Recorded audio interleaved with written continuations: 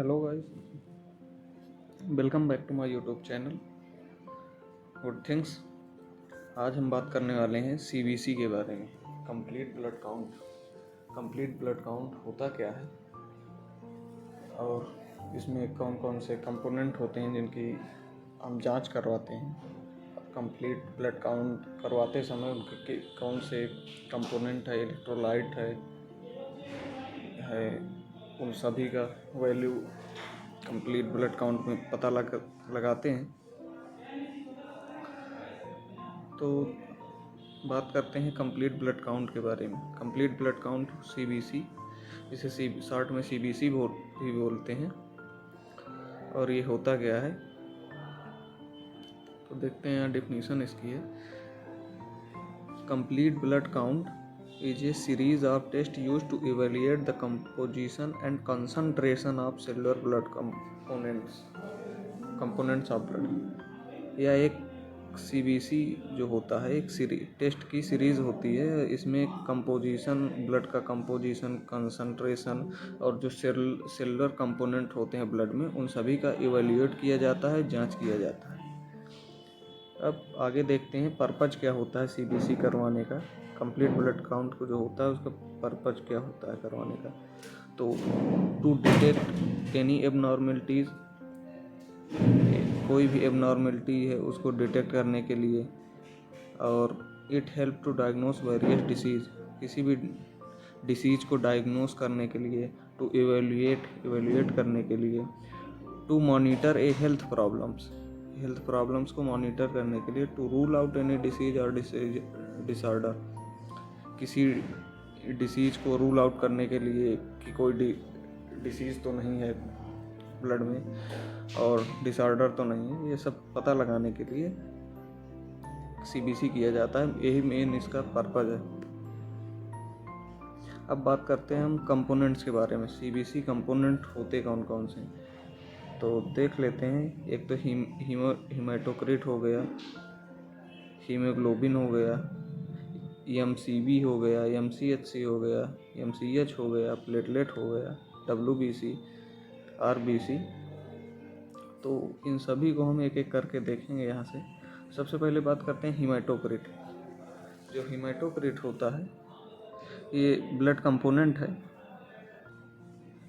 Haematocrit के बारे में देखते हैं। हीमेटोक्रिट होता क्या है, तो quantity of blood made up of RBC, कितनी मात्रा ब्लड की है उससे आरबीसी बना हुआ है, ये हीमेटोक्रिट का लेवल बताता है।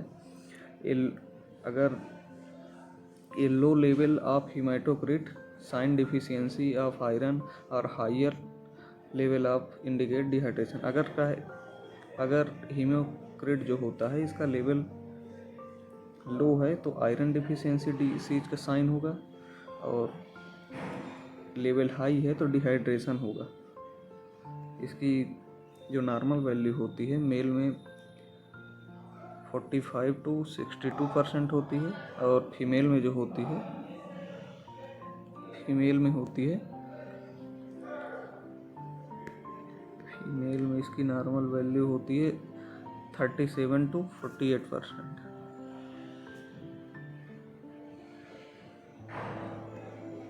ये यहाँ पर दिया गया मेल और ये फीमेल।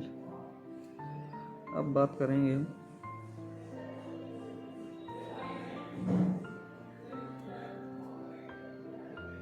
हीमोग्लोबिन के बारे में। हीमोग्लोबिन होता क्या है।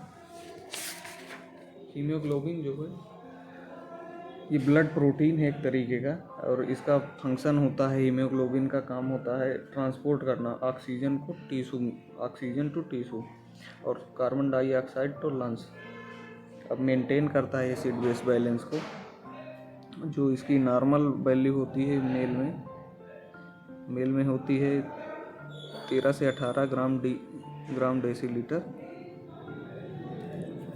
और फीमेल में होती है 12 से 16 GMDL पर DL, और न्यू बॉर्न में होती है 20 से 24 GMDL।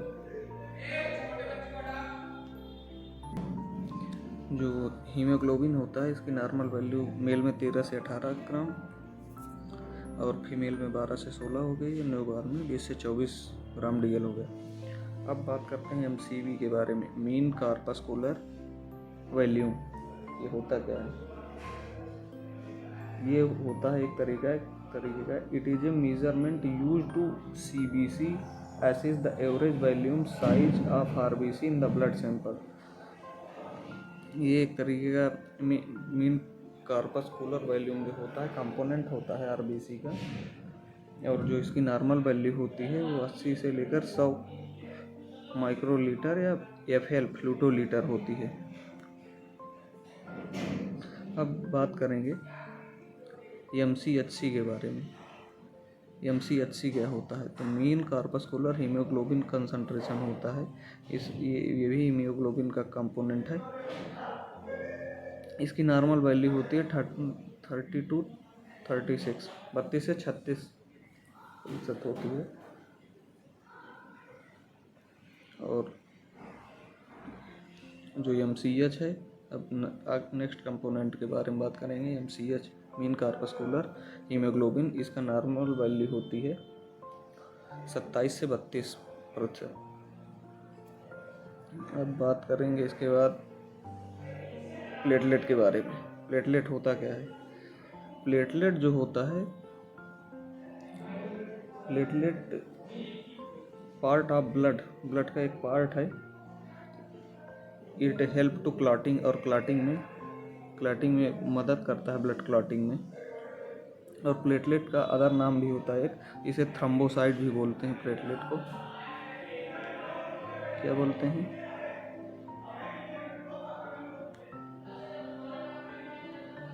थ्रोम्बोसाइट।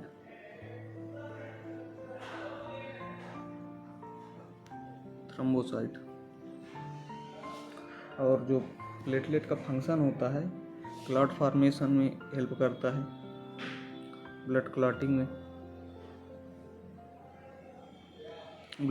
में हेल्प करता है, और ट्रांसपोर्ट और स्टोरेज फंक्शन होता है। हेल्प करता है रिपेयर करने में इंजर्ड ब्लड वेसल को, और इसका काम होता है डिफेंस मैकेनिज्म में भी हेल्प करता है। अगर किसी भी व्यक्ति में लो प्लेटलेट काउंट हो जाए, प्लेटलेट की संख्या घट जाए, इसका नॉर्मल वैल्यू जो होती है 1.5 लाख से 4.5 लाख पर mm के, और इसकी जो लो प्लेटलेट काउंट होती है, तो लो प्लेटलेट काउंट हो गई किसी व्यक्ति में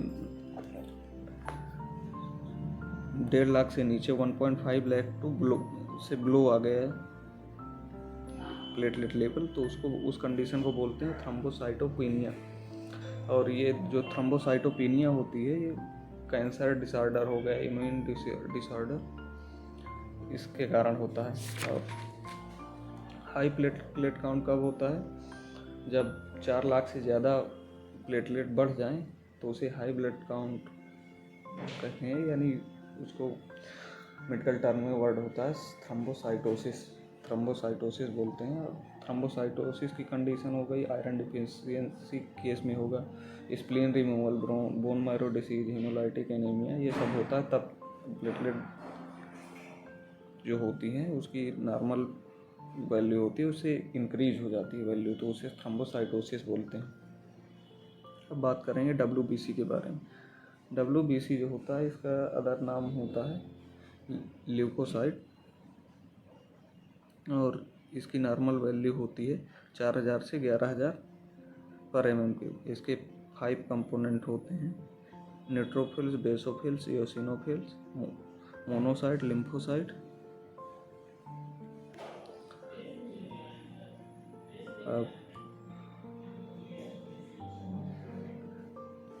अब बात करेंगे हम RBC के बारे में। RBC को रेड ब्लड सेल्स भी बोलते हैं। इसकी नॉर्मल वैल्यू जो होती है 4.3, मेल में अलग होती है और फीमेल में अलग अलग वैल्यू दी गई हैं।